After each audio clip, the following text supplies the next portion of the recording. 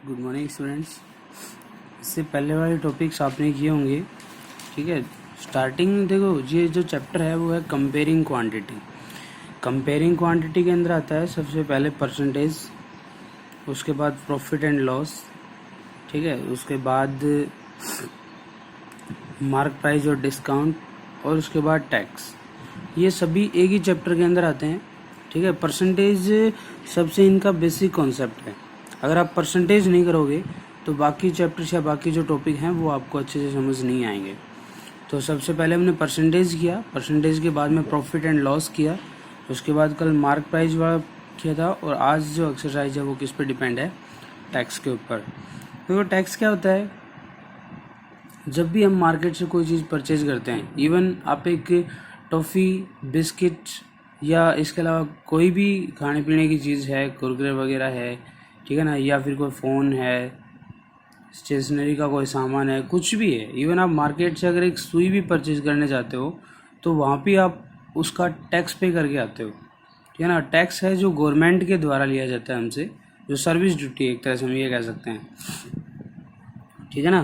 Government जो हमारे लिए सर्विस दे रही है, जो रोड बना रही है या उसके अलावा जितने भी काम गवर्नमेंट हमसे हमारे पास या हमारे लिए करवा रही है, वो सब क्या है, एक सर्विस है जो गवर्नमेंट प्रोवाइड कर रही है, ठीक है। तो उस सर्विस के लिए गवर्नमेंट पब्लिक से चार्ज लेती है, और उस चार्ज को हम बोलते हैं सर्विस टैक्स, ठीक है। सर्विस टैक्स है वो डायरेक्ट गवर्नमेंट को पे होता है, और वही गवर्नमेंट की मेन इनकम है।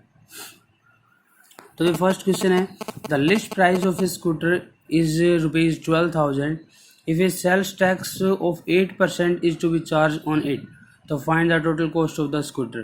कहता है कि स्कूटर है उसके ऊपर लिस्ट चार्ज है 12,000 रुपये है। अगर एक सेल्स टैक्स है वो 8% उसके ऊपर चार्ज किया जाता है, तो टोटल कॉस्ट प्राइस कितनी आएगी। तो लिस्ट प्राइस कितना भाई 12,000, सेल्स टैक्स है वो कितने पे लगेगा 8% पे, तो 8% ऑफ 1,200, 8/100 मल्टीप्लाई 1,200 कितना आ गया 96।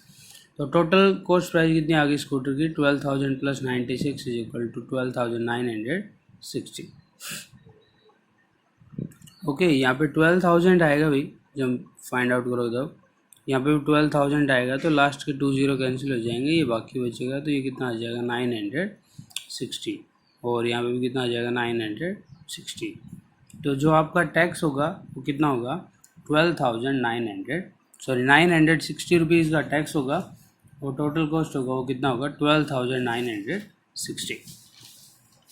बिल्कुल इजी है, ठीक है ना। परसेंटेज का चैप्टर अगर आपको समझ आ गया तो इसमें कोई डाउट नहीं होगा।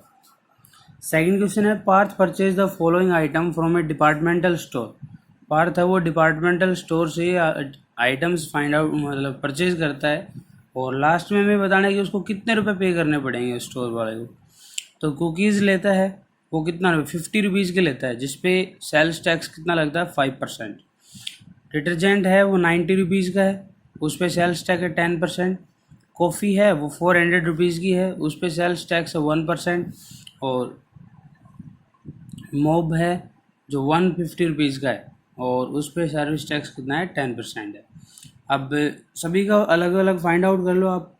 कुकीज़ है, कुकीज़ का 50 रुपीज़ है, सेल्स टैक्स है 5%, तो 5% ऑफ 50, तो 5/100 मल्टीप्लाई 50, 25/10 मतलब 2.5 रुपीज़ है वो, उसके ऊपर टैक्स आ गया, तो कितना आएगा। Selling price for cookies is equal to 52.5, 2.5 इसमें ऐड हो जाएगा। अब अगला क्या है, list price of detergent. Detergent के ऊपर लिस्ट प्राइस है 90, सर्विस टैक्स कितना है 10%, so 10% of 90, 10/100 multiply 9 is equal to कितना है 9, 10 मल्टीप्लाई 100 10/100 मल्टीप्लाई 90, 9 आ गया। ये इसका सेल्स टैक्स है, उसको लिस्ट प्राइस में ऐड कर दो, तो 99 रुपीज़ है वो, उसका क्या आ जाएगा सेल्स टैक्स आ जाएगा। नेक्स्ट है कॉफ़ी। कॉफ़ी आपने कितने की परचेज की 400 की, उस पर टैक्स कितना लगा 1%, तो 1% ऑफ 400 कितना आ गया 4, तो सेलिंग प्राइस क्या होगा, डिटर्जेंट नहीं भाई, सेलिंग प्राइस किसका होगा कॉफ़ी का, और वो कितना आएगा 400 + 4, ठीक है ना, 404 आ जाएगा। अब list price of mob. Mob का लिस्ट प्राइस है 150, तो सेलिंग प्राइस कितना होगा 10%, तो 10% ऑफ 150, तो 10/100 मल्टीप्लाई 150, 0 0 कैंसिल, अभी 0 0 कैंसिल, कितना हो जाए 50। तो सेलिंग प्राइस ऑफ मोब कितना होगा 150 प्लस 15 इज इक्वल टू 165। अब टोटल अमाउंट विच पार्थ पे टू स्टोर, सभी को ऐड कर दो, ऐड करो कितना आ गया 720.5। नेक्स्ट है total cost of the refrigerator including sales tax. अब इसमें कहता है कि सेल्स टैक्स वो पहले से इंक्लूड है, और इंक्लूड होने के बाद कितना है 13,952 है। If the rate of sales tax is 9%, find the list price of the refrigerator. तो देखो परसेंटेज है ना टैक्स की, वो ऑलवेज लिस्ट प्राइस पे फाइंड आउट होती है। तो हम मान लेते हैं भाई लिस्ट प्राइस कितना का है 100 का, तो सेल्स टैक्स कितना होगा 9%। तो टोटल सेलिंग प्राइस क्या होगा रेफ्रिजरेटर का भाई 100 रुपीज़, तो उस पर लिस्ट प्राइस था, 9% टैक्स लगेगा, टोटल हो गया 109%। तो ये इंक्लूडिंग टैक्स आ गया, बट इंक्लूडिंग टैक्स हमें रेफ्रिजरेटर की वैल्यू गिवन है, वो कितनी है 13,952। तो 109 है वो 13,952 के इक्वल होगा। तो 1 किसके इक्वल होगा डिवाइड बाई 109, ठीक है। अब हमें फाइंड आउट कितना करना है 100 का, तो 13,952 अपॉन 109 मल्टीप्लाई 100, तो कितना आ जाएगा 12,800। तो ये उसका क्या हो गया ओरिजिनल प्राइस आ गया। आगे तो Sumitra by goods worth 7,500, she get a discount of 10%। उसने भाई 7,500 रुपये के कुछ सामान खरीदा जिसमें उसको 10% डिस्काउंट मिला। एंड आफ्टर गेटिंग डिस्काउंट, और डिस्काउंट लेने के बाद VAT is charge for rate of 5%, 5% tax लगा डिस्काउंट के बाद। तो पहले डिस्काउंट है तो भाई कितने रुपए का है 7,500, उसका 10% डिस्काउंट है, तो 10 अपॉन में 100 मल्टीप्लाई 7,500, 750 रुपये डिस्काउंट आ गया। तो डिस्काउंट उसको मिला, डिस्काउंट मिलने के बाद अमाउंट कितना बच गया 6,750। अब वेट कितना है 5%, तो VAT is charge is equal to 5%, तो 5 अपॉन 100 मल्टीप्लाई 675। तो 0 0 कैंसिल हो गया, तो यह आ जाएगा 675 मल्टीप्लाई बाई 5 अपॉन में 10, तो 337.5। ये उसका वेट आ गया। टोटल अमाउंट कितना होगा 6,750 प्लस 337.5, और दोनों को ऐड कर दो कितना आएगा 7,087.5। ये उसका क्या आ गया टोटल अमाउंट आ गया, ठीक है। नेक्स्ट क्वेश्चन है प्राइस ऑफ टीवी ₹15,000 एक्सक्लूडिंग। ये जो क्वेश्चन है वो मैंने एक्सक्लूडिंग से कर दिया। एक्सक्लूडिंग मतलब क्या होगा कि भाई इसके बाहर है, वेट है वो उसके बाहर है, बट क्वेश्चन में क्या गिवन है इंक्लूडिंग 15,000। तो आपको क्या करना है पहले आप मान लो कि भाई उसका टीवी का जो ओरिजिनल प्राइस होगा वो कितना होगा 100, फिर उस पर टैक्स कितना लग रहा है 8%, तो 100 का 8% कितना हो जाएगा 8, तो टोटल अमाउंट कितना हो गया 108। 108 है वो किसके इक्वल आएगा 15,000 के इक्वल आएगा। तो 1 किसके इक्वल आएगा भाई 15,000 अपॉन 108, और टोटल कितना होगा 100, तो मल्टीप्लाई बाई 100। इसको सोल्व कर लो आपके पास आंसर आ जाएगा, ठीक है। नेक्स्ट क्वेश्चन नंबर 6 कहता है cost price the cost of a pair of roller jackets at a shop was 450। भाई एक पेयर है वो 450 का है, सेल्स टैक्स वो चार्ज हो रहा है 5%, तो find the bill amount. Simple वही इसका 5% फाइंड आउट करके इसमें ऐड कर दो, तो वही पहले वाले जो क्वेश्चन हैं। अगला है Veda bought an air cooler for 3,300 including है टैक्स। टैक्स इंक्लूडिंग है तो अभी जो मैंने मेथड बताया था let price of cooler is 100, tax लगा कितना 10%, तो आफ्टर टैक्स प्राइस कितना होगा 100 प्लस 10, 110 आ जाएगा। अकॉर्डिंग टू क्वेश्चन 110 है किसके इक्वल होगा 3,300 के इक्वल, और 1 किसके इक्वल होगा 3,300 अपॉन